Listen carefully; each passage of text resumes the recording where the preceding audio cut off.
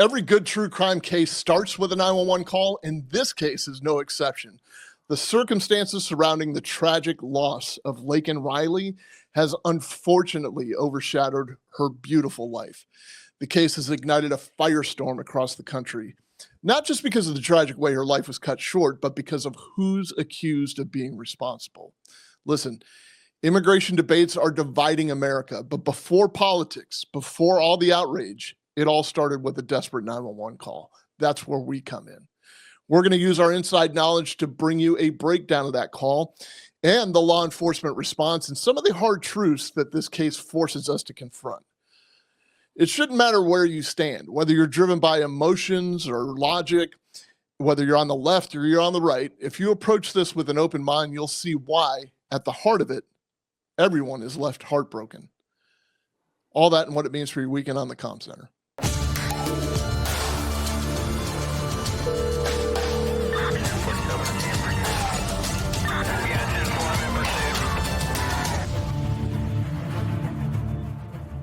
Wake up, America. It's the Comm Center with Drew Breezy. It's a TV show on the internet about two best friends who are called by a small town sheriff to investigate the courthouse's haunted vending machine that dispenses change only in Buffalo nickels. I'm John. I'm an actual 911 dispatcher.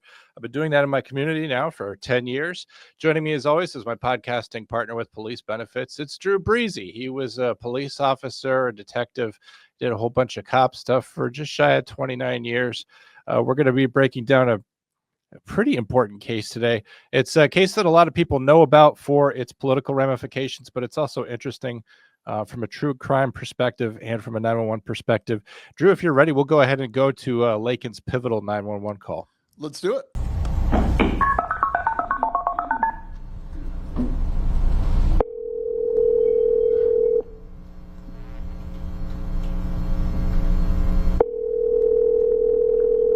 Clark County 911. Hello, this is Clark County 911. Hello, Clark County 911. Can anyone hear me?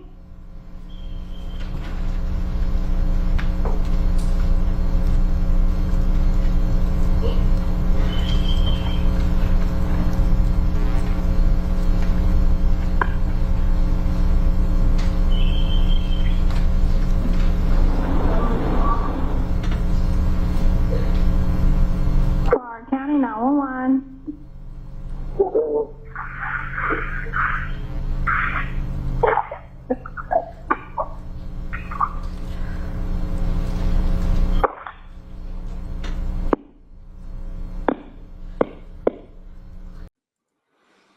That call was very interesting for almost the lack of information. What you're not hearing in that call is a beautiful young nursing student, 22-year-old Laken Riley, in a fight for her life.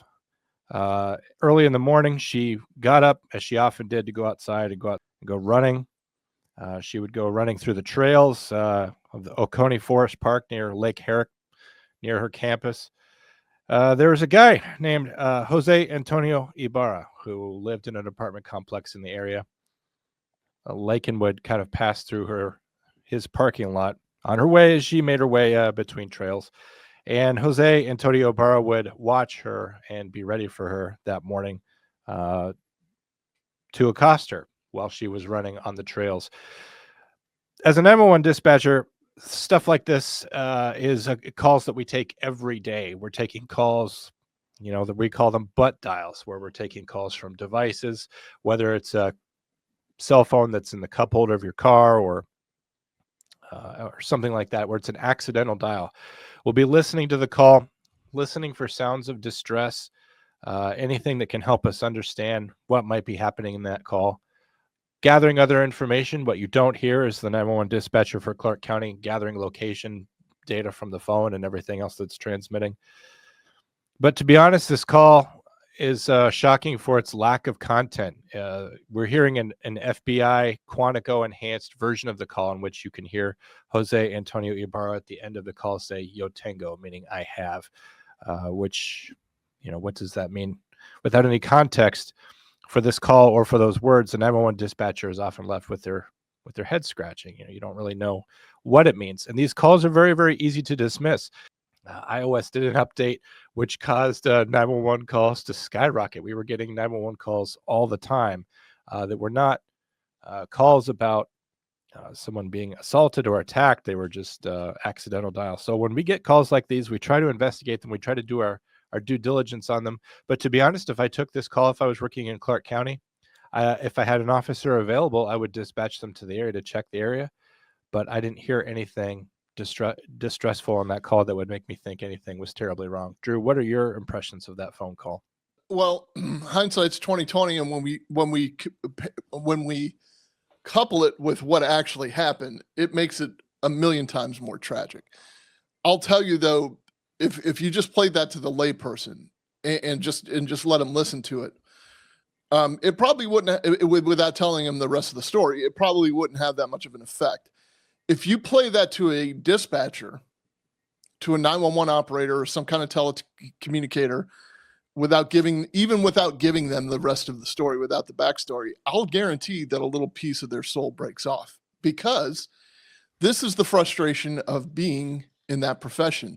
This is, you are a volunteer, you swear to help, and that's what you want to do. That's all you want to do. You want to do your part as a first responder, because we know that they're first responders. It's just that they're not recognized as first responders, but we know that as first responders, they're wanting to help somebody. And you don't know as a 911 operator whether that person needs help or whether they, just clumsily, the phone dialed 911 in their backpack, or if their Apple Watch hit their pocket as they were putting their hand in their pocket. And so it's those little pieces of helplessness when you get the other side of the story that make these even more tragic. They amplify it. Look at the Denise Amber Lee case where, she was calling from inside a trunk, but nobody could really get to her. Nobody understood, I don't know if we even had the proper technology at that point, but nobody could find her. Nobody could get to her. So even, John, if you had taken this call, what technology advances have we experienced in the last couple of years that would have been available for you to send a deputy sheriff to that location? Well, it's interesting we talk about technological advances. I want to give some people some assurances that 911 is actually a process which is evolving and getting better all the time as we integrate technology into our daily lives. And I'll get to some of that in a second. What you should never do, as particularly if you're someone that looks at this case, if you're a young female, and you're scared about going out and running and jogging, especially when you view Laken Riley as someone who did everything right. She had running partners. She had a routine that her friends knew when to expect her back. She had been texting her mom. Her mom knew she was out running. She had this technology, this location sharing on. None of it can compensate for interaction with the 911 dispatcher. This is not to criticize Laken Riley. Like I said, she was in a fight for her life. Her cause of death was blunt force trauma to the head. It was asphyxiation by some form of unknown strangulation, whether it was compression on her windpipe or something like that. Her blood was not full of oxygen, and that's part of the reason why she died. So she can't speak up in that case. But what I don't want to see is technology getting so advanced to the point where someone thinks that they can hit an SOS button on their phone and a helicopter is going to appear overhead and a police officer is going to jump out rappelling with a rope. There are many factors that can limit our technological response, one of which is some kind of uncertainty factor. Sometimes the data that we get from your phone can come with an uncertainty factor, meaning we know where you are, kind of. There might be an uncertainty factor of, say, 500 meters. Well, what that actually is half a kilometer. And if we take area, which is the radius, which is radius equals pi r squared for the radius, now we're actually searching several square kilometers. And depending on where you are, it can be hard to find you. Even if you're out in the desert or if you're in a urban jungle, it might make it difficult to locate exactly where you are. That said, we have some things that are working better for us now than even when I entered the industry 10 years ago. Rapid SOS is a third-party client that most 911 agencies are using. And if iPhones, particularly right now, are using all kinds of data. They were communicating with Laken's Garmin watch. She was probably tracking various things about her run, what her heart rate was, and things like this. In fact, interestingly, or somewhat sad, her Garmin watch records that at 9:28 is when her heart stopped. You can select on your phone what kind of biometric data you want to share with your watch and vice versa. But you can also select what kind of biometric data on your phone that you want to share with 911. Sometimes I will be taking 911 calls, and I'll have a little option where I can make a query on your phone to get other information that you've already volunteered. So I'm not violating your civil rights. I'm not doing something for which I need a warrant. But if you set up your phone to share additional details with 911, those details can come from me. Those things might be helpful during an assault. They might not. They might also be helpful if you're having a stroke or a diabetic event. I might be able to understand that something bad is happening to you based off of the vital signs that you're sharing. But we've generally gotten better in terms of locating people who are using 911 in this way. It's got to the point now where I'm actually receiving Z coordinates, that is to say the altitude of 911 callers, which is not something that affects me a lot here since we don't have many tall buildings, but I just wanted to let people know that 911 is a process that's evolving, but discourage people from feeling like they can just touch a button. And with that in mind, I also want to discourage people from generally just using OnStar. I hate to kind of go after one company, but OnStar kind of picked a fight with me where in their commercials, you'll see a vehicle roll off the side of a mountain and they'll hit one button and a technical rescue starts helping out the family and getting them all out of the car. And the reason why it makes me mad is because OnStar just calls us.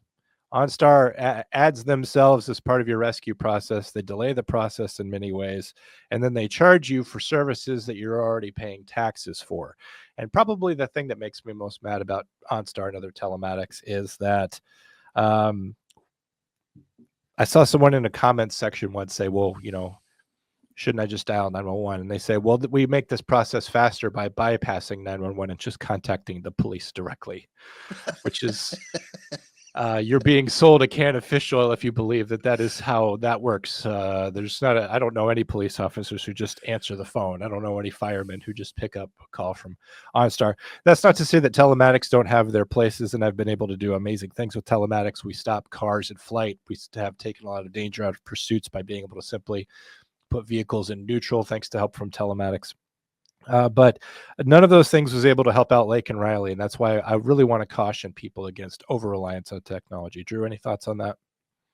Yeah, this is where policing in between generations kind of rears its ugly head in my life because, when I first started, there was no reliance on technology. There was no, I don't want to like age myself. I think my face does that, but like, people, we had map books to try to find you. We certainly had, the method of always including cross streets, and a computer did that for us. So, I mean, it wasn't that ancient that I had to go that far back. But when people called 911, they actually had to physically look up and look where they are. And it doesn't necessarily, or so they think, it doesn't necessarily have to happen that way.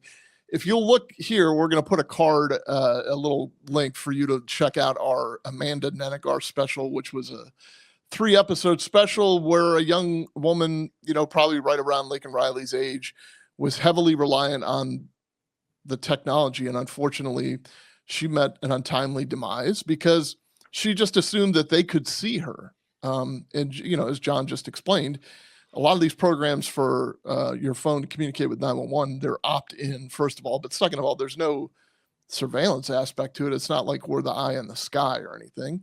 And as John just explained also, it's a literal needle in a haystack trying to find somebody, especially if they're in the middle of the desert. So check out our Amanda Nenegar special 3-episode playlist here. John, I understand there's a lot of body camera stuff, and there's stuff for us to there is just to tell you the story for all those who don't really understand what Laken Riley's about. Right now, her name's really being associated with a piece of legislation that is impacting the way immigrations and customs enforcement works in this country. More specifically, when local law enforcement comes across a criminal suspect, how those local agencies interact with immigrations and customs enforcement is being changed. And some people really like this. People that are proponents of the Laken Riley Act like this a lot. And then there's other people who are empathetic in other directions who have problems with it. But this is who Laken Riley was. Like I said, she was a 22-year-old female nursing student. I hate to say this, but all the true crime stuff really applies to her. A really wonderful person. I was watching the victims' impact statements yesterday, and if you really want to get to know a person, I think that those are a good way to do it. Someone who's passed away. They were reading from her journal. Her friends were talking about her and how she would wake up extra early just to celebrate someone else's birthday, to decorate their house, and how she just really did seem to light up a room. And it makes you ask kind of cosmic questions about why are good people taken from us so early. And if you need a good cry, I honestly will tell you to just watch those victims' impact statements, because Laken Riley was truly a wonderful person. And it's very sad, not only for her family and her friends, but for everything that she was going to offer the community and her future. And the downside of it is that now we have to talk about the person we don't really want to talk about, which is Jose Antonio Ibarra. He crossed into this country illegally from Venezuela in September of 2022, came in the vicinity of El Paso, and our law enforcement caught someone who was one day destined to commit a very terrible crime. He was charged in New York with kind of a baloney crime of operating a vehicle, a scooter, with a minor, with a 17-year-old, when they weren't wearing a helmet. There's also some shoplifting stuff going on from Walmart. And Drew, this is something I'd like to get your take on. But so he had warrants for these kind of misdemeanor offenses, operating a vehicle without a helmet or endangering a minor in that case, which does make it a little bit it's more than just like a seatbelt law. And the shoplifting stuff, he didn't appear for his court dates for those things. And now that's what kind of the impetus of the Laken Riley Act was, is that law enforcement had our hands on him and we let him go. But I think it's important that people understand sort of how insignificant these charges were. It's not like we had Jose Antonio Ibarra on serious crimes and then let him go. If you look at the totality of criminal activity in this country, I hate to say this, but not holding him without bond because he's got these petty warrants for theft and for operating this vehicle, I don't agree with the decision, but doesn't it kind of make sense to not keep him in jail while we're working on those things, particularly when a deportation order or working on those things under any administration is going to take a significant amount of time? Or what, if anything, do you think about that? I don't want anyone to turn us off at this point. I don't want anyone to switch to a different podcast or get angry about what I'm about to say. I'm asking you to listen to me with an open mind. Okay. He entered this country, what some will call in flight of issues in Venezuela, what other people call illegally. Okay. That's where the debate is. When he entered the country, our immigrations and customs enforcement stopped him. They had their hands on him, but they were forced by a previous administration to let him go into the country anyway. And that's where the political debate comes in. But we're talking about the life of a young lady here. And, again, we talk about the odds. Nobody could foresee what this guy was going to do. There are some, nobody could foresee what Jose Ibarra was about to do.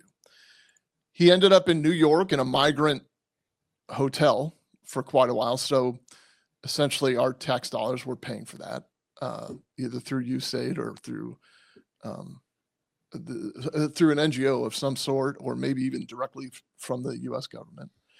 And yes, he committed crimes while he was here. And though petty, the scooter problem is probably a bigger enforcement issue within New York City, because at the time, that's where a lot of the street robberies were taking place, particularly involving people who were in the country, what some would call illegally.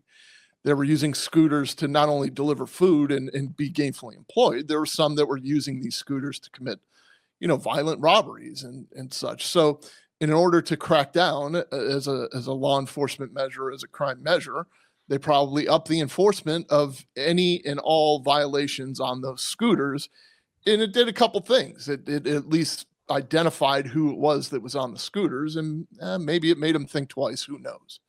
So you have that. Then you have the fact that he lived, I'm skipping over a few parts. He lived with his brother, who was a known gang member in Venezuela. I don't know that Jose Ibarra was. He's accused of being a member of the Tren de Aragua gang. Tren de Aragua. Okay, so a very violent gang from Venezuela. Mm-hmm. So here's the thing about exactly what you just said. He commits a shoplift at Walmart. He and his brother, a couple of them. He has a couple of criminal violations that are outstanding. He's already been taught that you don't have to answer to your crimes in this country unless you're from this country. He's already been taught that. He was taught that the minute he walked across the border illegally. And if you disagree that he walked across illegally, I understand where you're coming from. I would also suggest you try to fly into Jamaica, or you try to fly into Venezuela and just walk into their country without your passport. And we'll see where that gets you. So he was here illegally. He was trained that you don't have to answer to your crimes here. You can just commit the crimes and answer to them later. If not, that's at the very minimum. If not, who in their right mind would be released from jail and then, because what you talked about, the warrants that he had, they were failures to appear. They were failure to appear bench warrants. So who in their right mind would appear when they know what they're facing? They're either facing actual consequences where they have to take responsibility for what they did, or they're facing a deportation of they were never importationed. Yeah. They're facing deportation for something that they stole from the beginning. And if I may, John, this has always been my explanation of this immigration problem. It is very, very complicated. And like I said at the beginning, a lot of people deal with this strictly emotionally, and I get that, but a lot of people deal with this strictly logically, and I certainly identify with that also. We need each other as people to come to the happy median. Unfortunately, social media is set up so that the emotional people only see the emotional stuff in their feed, and the logical people only see the logical stuff in their feed. But if you're in a movie theater, if you wait in line at a movie theater for, say, I don't know, 6 or 8 hours to see Comm Center, the movie starring John and Drew, then all of a sudden somebody just steps up, an usher from the same movie theater that just took your money. An usher walks over and opens the exit door and starts waving hundreds and hundreds and hundreds of people in. And then the same usher looks at you like, why are you sitting? Why aren't you giving them your seat? They should have your seat. And you're just kind of like, no, I did everything proper. I did what I was supposed to do to be here. I did it logically, or I did it legally, and I paid my money. Why are they getting our seat? Because you're a racist, that's why. So you're being pushed out of your seat in favor of people that they're letting in who circumvented the process. Okay, and that's how I view our immigration issue. I completely empathize with people who are genuinely fleeing a country that is bringing harm to them. But that's not what everybody's doing. So, like, don't you think that if you're, say, the leader of Venezuela, and you're seeing how things are going at the southern border of the United States, don't you think it would be wise as a government to open up your jails and open up your insane asylums and say, send all those people north, send all those people out there? They're not going to stop them. They want them. They want them right now. And you just push your people, your worst people. 97% of the warrants that ICE, that Tom Homan, that they're enforcing right now, 97% had previous criminal histories or criminal contact in the United States. They're not kicking the doors in schools like the teachers are trying to make you think, or that the news feeds over here of the emotional are trying to make you think. That's just not happening. And I have an interesting observation of something that happened in Boston, John, but I'm going on too long. So go ahead. I think so much for pulling our punches anymore. Are you aware that that theater example, which you gave, literally took place at a theater in Paris? There was a theater in Paris that was known for its somewhat radical shows and exhibition. They had a free show for refugees in Paris. This would have been 5-6 weeks ago. They let in 250 African migrants to come in for this free live event to watch a show. Then they wouldn't leave.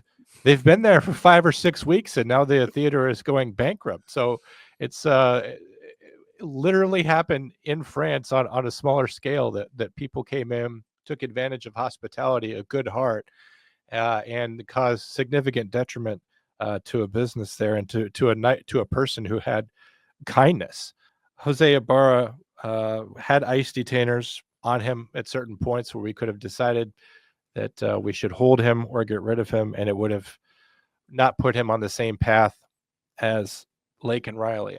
I understand that when a lot of the people who are coming in here are not necessarily the worst people, but the fact that we do have nice people coming here, families coming here, it's allowed the argument to become co-opted, that if you're someone that doesn't like undocumented immigration, that you must be for separating families, separating mothers from children.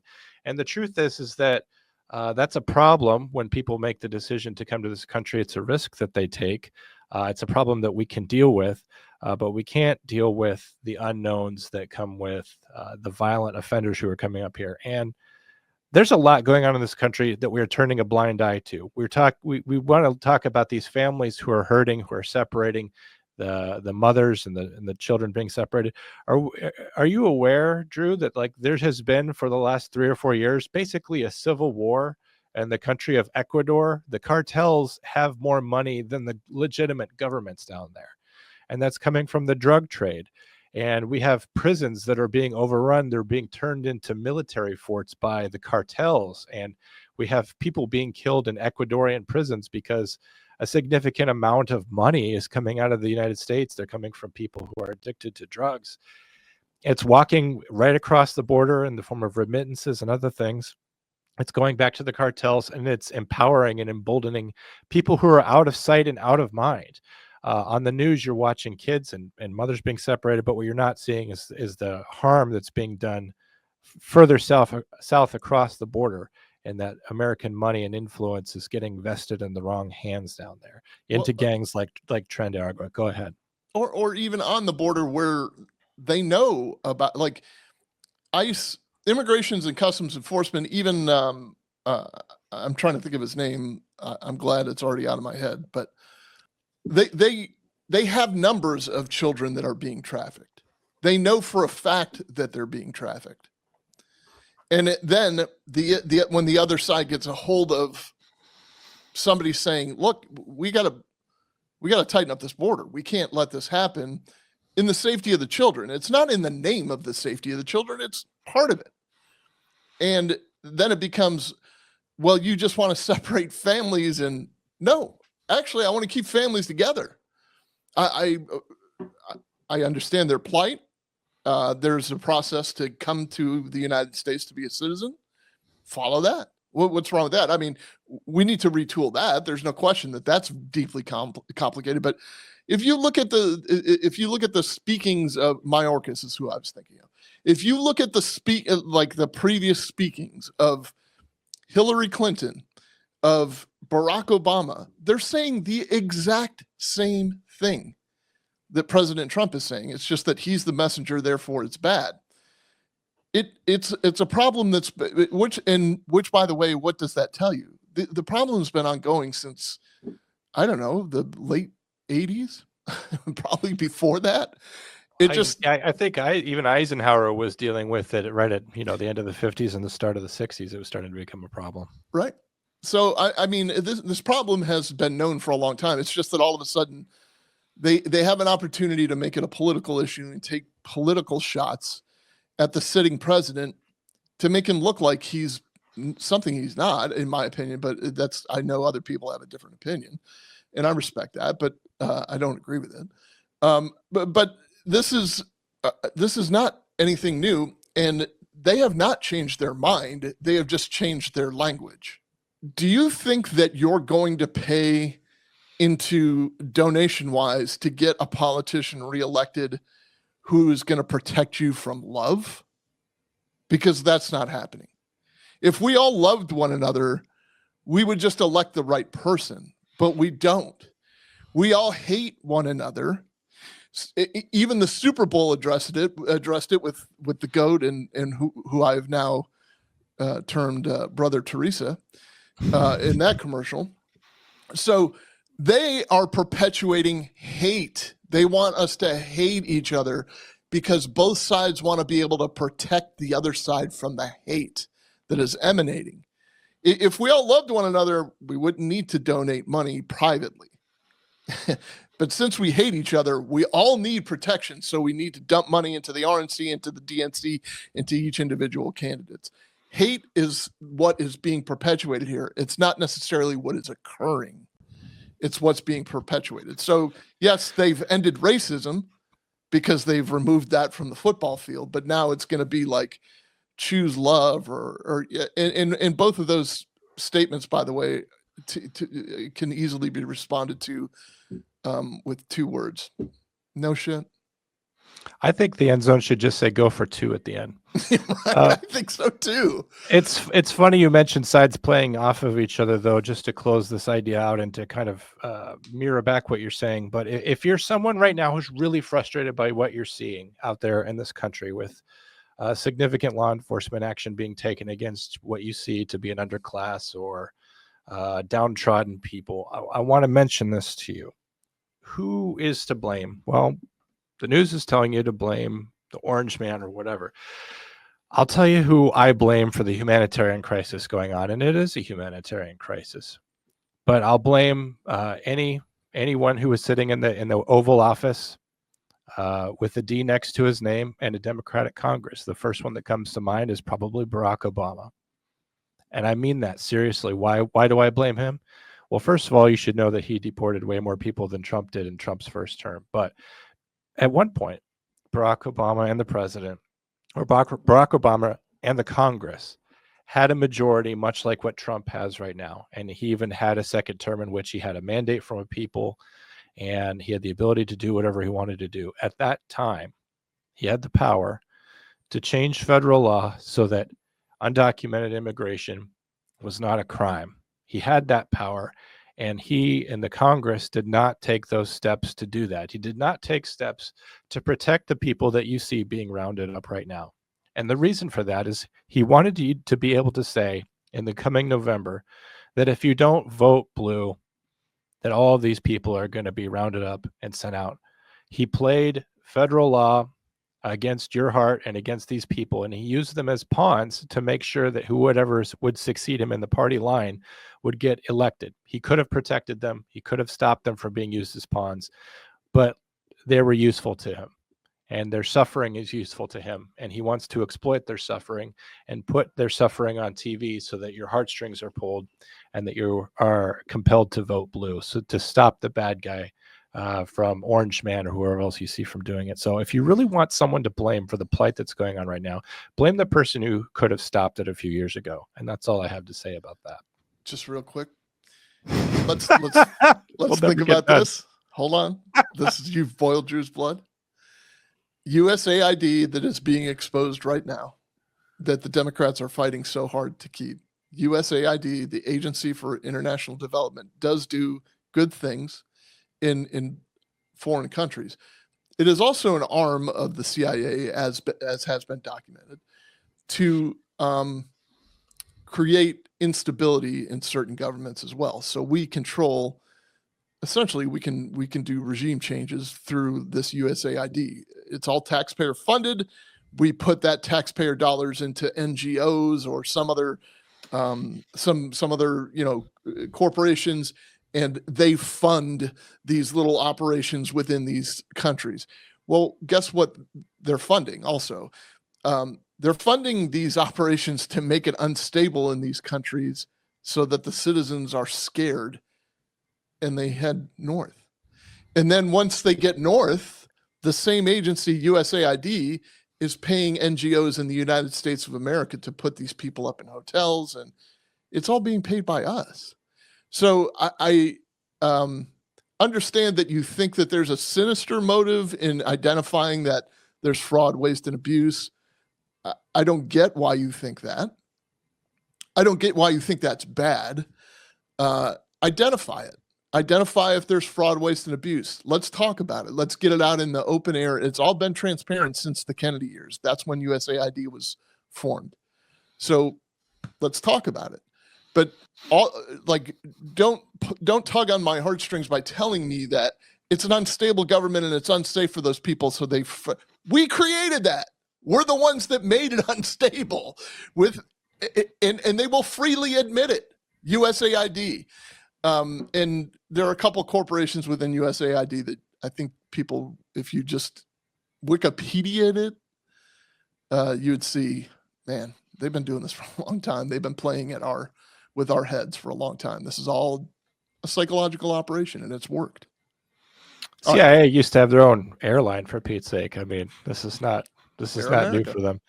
Yeah. So I think we could probably go on and on and on about that. And just so you know, it's really not a partisan issue. I've had people coming at me from saying, well, what if they find fraud, waste, and abuse from Republicans?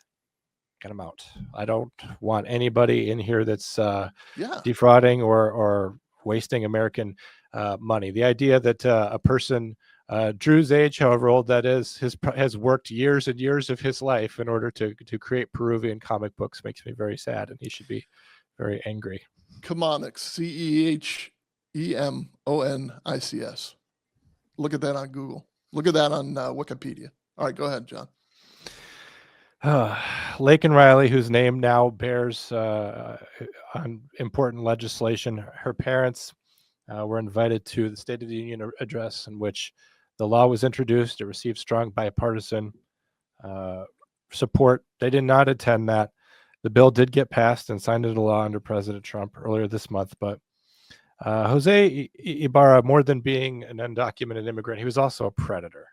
And whatever you want to say about people from Venezuela or crossing the country illegally or puppet strings and tax dollars, this is someone that lived in an apartment complex, a studio apartment with 4 other people, right? They're all crammed into a very tiny space, which is inhumane and probably has to be against some kind of code that exists in that city. But he would get up every morning. There's CCTV footage of him from Ring cameras and his neighbors getting up and going around, looking in the windows of other young women who live in and around the area around campus, trying door handles. He was going after them.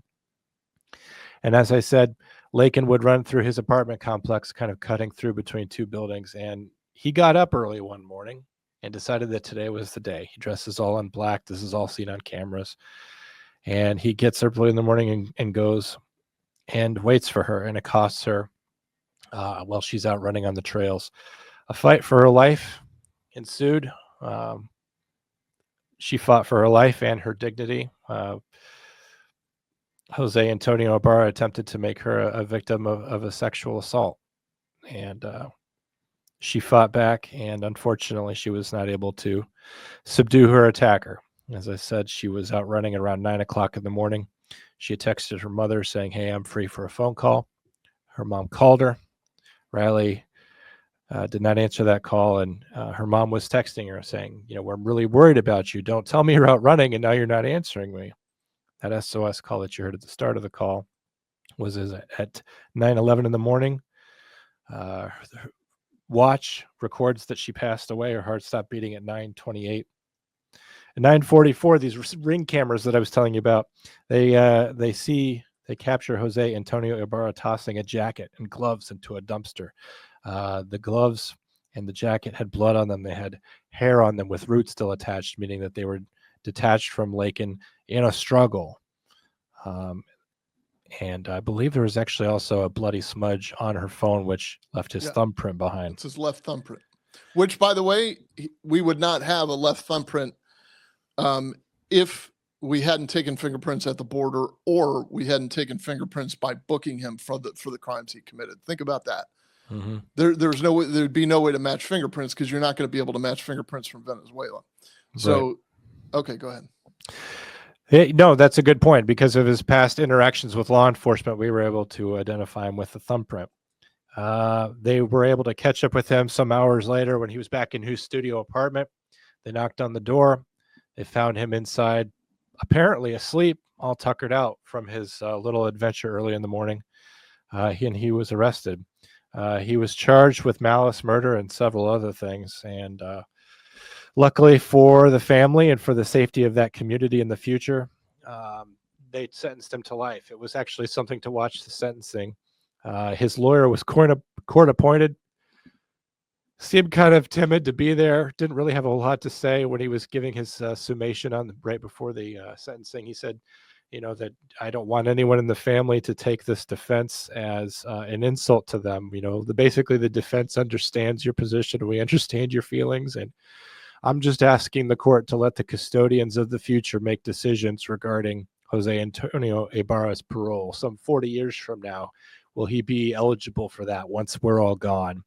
And the state made a compelling argument. They said, many of us here, particularly you, Judge, you're not going to be here in 40 years after this all gets litigated and Jose Antonio Ibarra is in a position where he could be facing parole. But Laken Riley's sister is. Do we want her to still be living in a world where she has to worry about this man wandering the streets? Do we want students at the University of Georgia, a campus where the safety and security has been shaken, and running partners for Laken Riley who have basically given up the sport because of the terror that they feel when doing it and the painful memories associated with the loss of Laken Riley?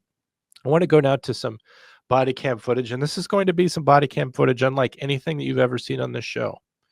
And Drew, I don't know that there will be a lot for you to do analysis on it, but I think that this is tremendously important too from a law enforcement perspective in terms of procedure, doing things appropriately and according to the way that they should be done, because one unfortunate function of law enforcement is notifying next of kin.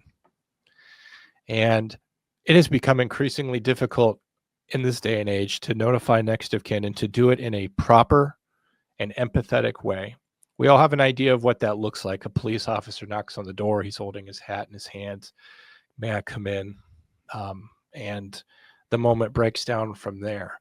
What's unfortunately happening now, and I can testify to this as a 911 dispatcher, is that people aren't turning up for appointments where they're supposed to be. People aren't coming back from their runs. And people can tell something is amiss. And sometimes we know where those people are because of location sharing. Sometimes we know where they are or we know what's happened because of posts on Instagram or Facebook or Snapchat or other instant messages going around. So here we have the family of Laken Riley. They know where she's located because they have location sharing turned on. It's well after noon at this point. I believe this may be just before or just after a campus-wide email goes out to all of Laken Riley's friends. Well, she's presumed missing at this point. An email goes out from the University of Georgia saying that a female student is deceased, confirming everyone's worst fears. But a police officer is on scene trying to secure a crime scene so that we can properly develop evidence, so that we can properly go after the suspect. And a police officer is put into a very, very unfortunate position, but it's obviously overshadowed by the heartbreak that the family is now going through. And I'm going to go to this body cam now, Drew, and I'll get your take on it as the family approaches the location of Laken Riley and police officers try to deal with that tragic realization in real time.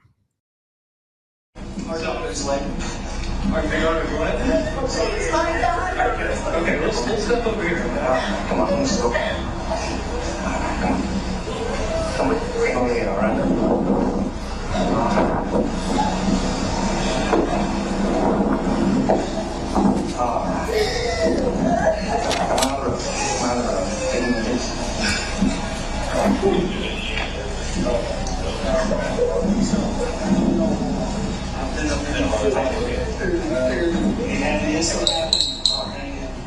It's not good.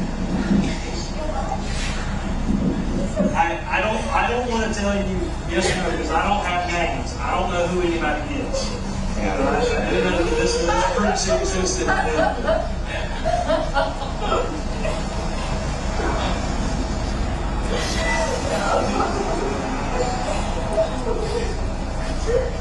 They're doing a notification right there in real time when they don't even have enough information. Like his mother says, "Is she alive?"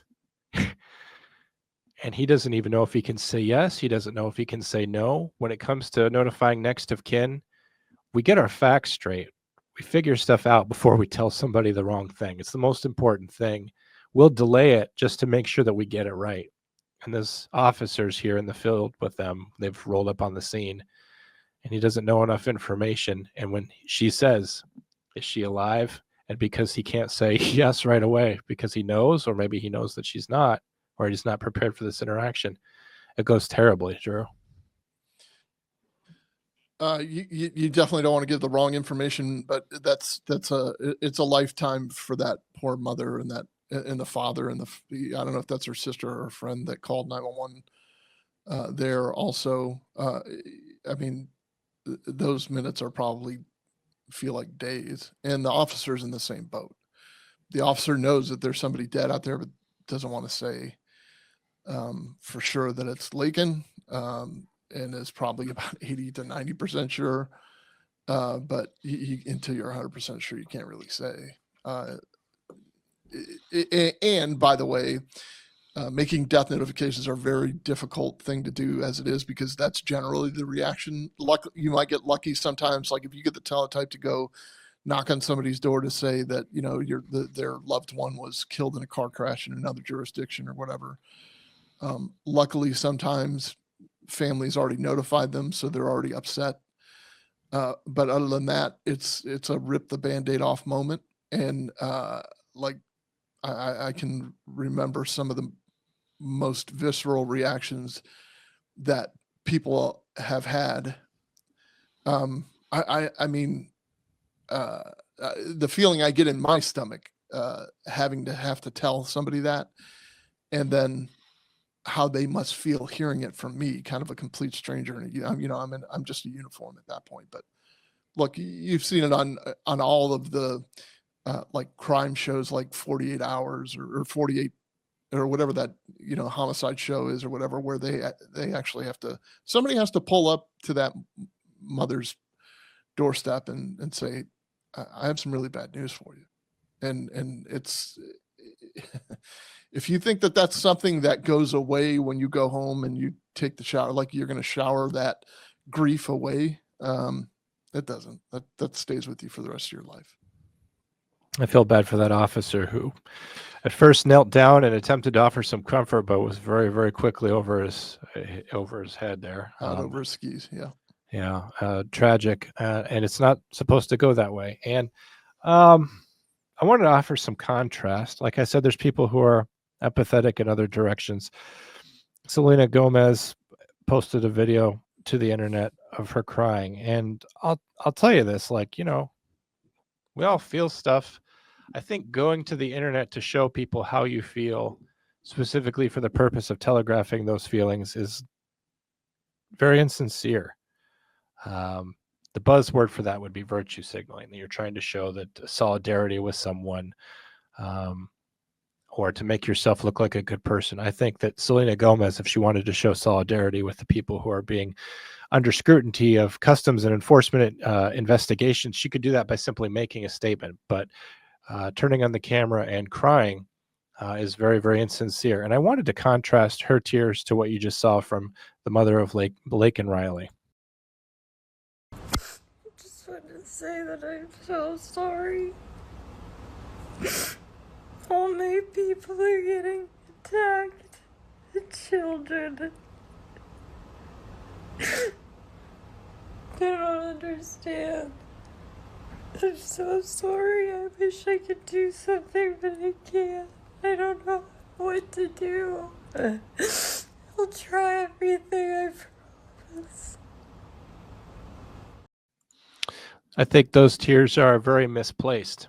anywhere in the same world where Laken Riley's mother is collapsing on the side of the road because her daughter has just been viciously assaulted. And we don't have to bring the immigrations and customs enforcement back into this. I just want you to just see the difference between a mother who's just lost a daughter and someone who's getting on camera to make herself look like an empathetic or caring person. And it doesn't stand up to any scrutiny.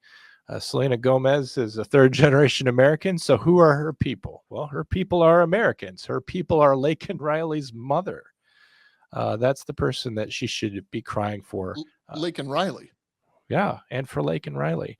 But those tears suspiciously nowhere. And I understand that vicious and terrible crimes against women happen all the time, but I would have been more heartened to see Selena Gomez out there leading a charge to protect women from violent predators, regardless of where they're from. I think that would have sent a stronger message than what she did say. She did retract the video saying that I guess it's wrong to show empathy for people, but I think that we see through that and we know that that's not what that's about. That's about divisiveness. It's about making sure that we continue to hate each other and we continue to open up our wallets and spend it on the candidates of our choice to go after other people of our choosing. And it's all very sad that we're all playing pawns in someone else's chess game. Drew, go ahead.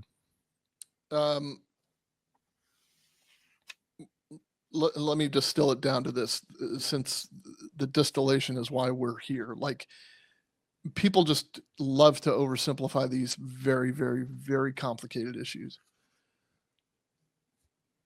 He shouldn't, Jose Abar should not have been here. Laken Riley should be here. And that's about as if you want it simple, that's simple.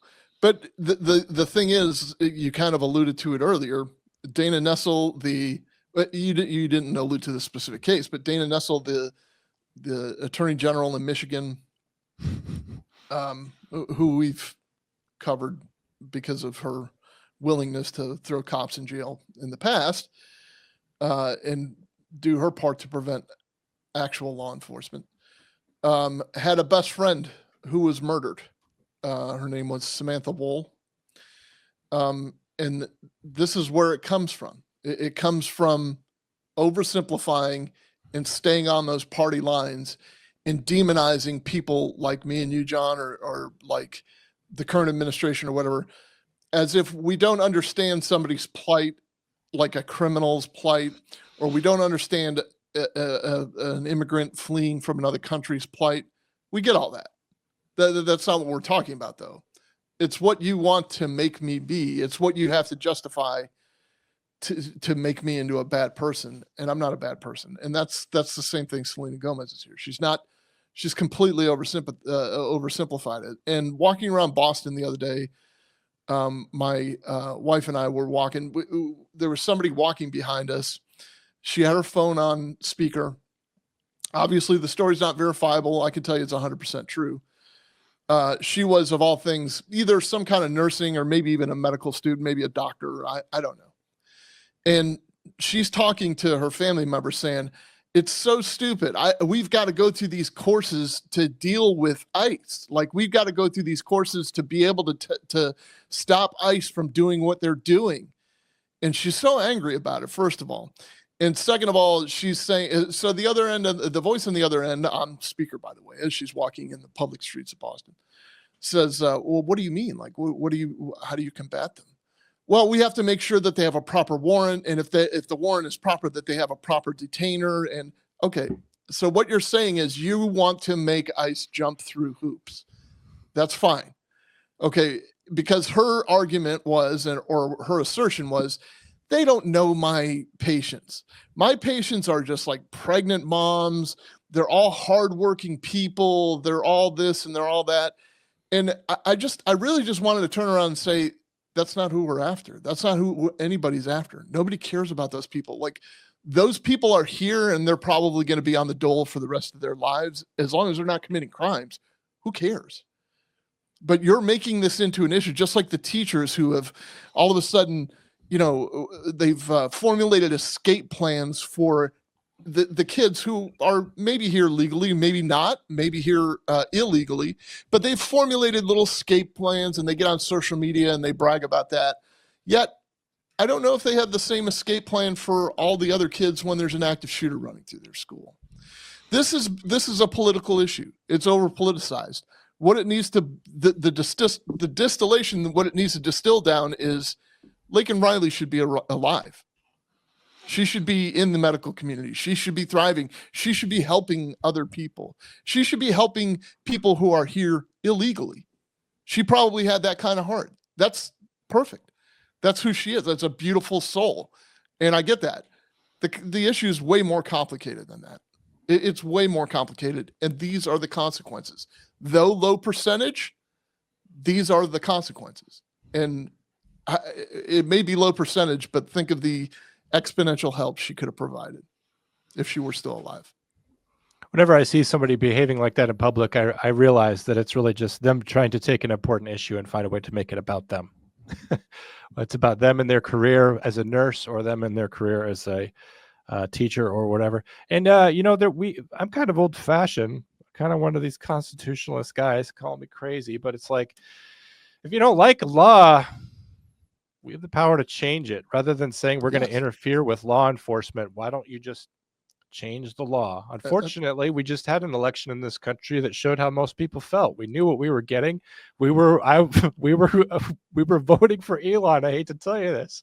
We knew it was coming, and this is what most people want. And unfortunately, for now, this is what you have to deal with. But as I said, when the next time a Democrat president is in the Oval Office, and it will happen again, you need to hold his feet to the fire and say, I don't ever want this to happen again. If that's what your issue is and that's what you care about, then you should have been holding his feet to the fire. But that's not what happened during all 8 years of his presidency. It was all galas and drinking wine and all that.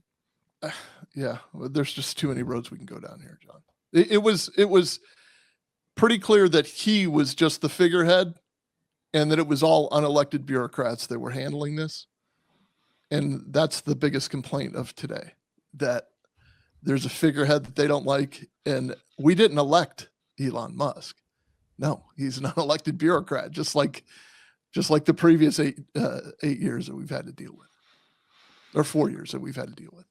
Well, or forever. Guys, if you want to be a part of the show, dial 848-COMM91. That's 848-266-6911.